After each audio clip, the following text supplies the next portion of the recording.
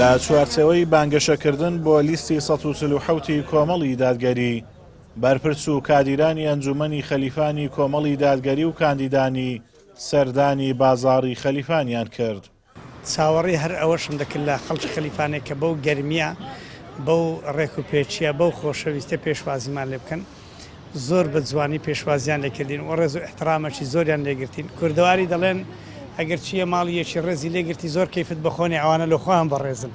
خوا نەخواستە چێ ماڵیەکی ڕێزی لێ نەگرتی عادز مەبە ئەو لە خۆی بێڕێزە بەس الحەمدڵا و خەڵکە لە خۆی بەڕێزە، یعنی زۆر ڕێزیان لە ئێمە گرت و زۆر ڕێکوپێک بوون و هەرواشان دەبینین، هەرواشمان بینیون، هەرواشان لێ تێدەگەین و هەرواش دەبن ئینشاءڵڵا تەعالا چاوەڕێی مفاجئەیەکی زۆر جوانیان لێ دەکەین بە ئیزنی خوای گەورە بخۆیان و ماڵ و منداڵیان دووبارە لێرەشەوە داوایان لێ دەکەن لە بیریان نەچێت لیستی 147 سەر بێخن بە ئیزنی خوای گەورە.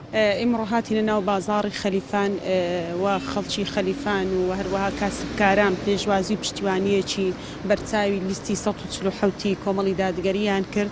ئەمەش لە ئەنجامی ئەو هەموو زوڵم و ستەممەی کە حیزبی دەسەڵات لەو ناوچانە دەیکا دەبینین بازار چۆلە، دوکانەکان چۆلن لەبەرچی لەبەرەوەی خەڵک گیرفانی بەتاڵە کاسبکار ئیشی پێناکرێ دەستیان خستۆتە بینە قاقای خەڵک بۆیە خەڵک لە بیستیدا پێم وایە سزایەکی باشی ئەو دەسەڵاتە دەدات و ناهێڵە چیتر بە زۆری نەیەک ئەو بڕیارانی کە بیانەوێ بیسەپێنێت.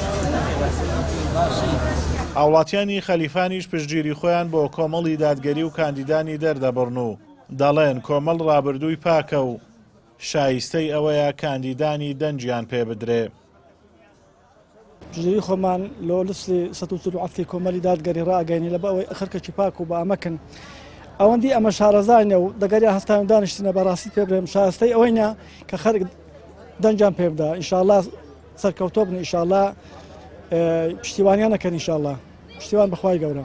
کۆمەڵی دادگەری هەر کەسێک سەوتی بداتێ دەنجی خۆی بداتی کۆمەڵی دادگەری ئینشاءڵڵا خەڵک پشێمان نابیتەوە لە دەنگەکانی خۆ پشت بەخوای خوای گەورە واکە هەر کەسێک دەنجی بداتە کاندیدانی کۆمەڵی ئیسلامی هەر شتێکی چاکە بکەن لە هەر هەموو شتێکی بەشدارن ئینشاءڵڵا. کۆمەڵی دادگەری کوردستان بەردەوام دژی ستەم وەستاوەتەوە لە هەر کوێ حەق هەبوو بێ کۆمەڵ بەرگری لێکردووە و کاریش دەکا بۆ نەهێشتنی گەندەڵی و بنەبڕکردنی ستەم و نادادی لە کوردستان و سەروەربوونی شەریعەت لە وڵات. ئازاد و مەراوەی کەناڵی ئاسمانی پەیام قەزای خەلیفان.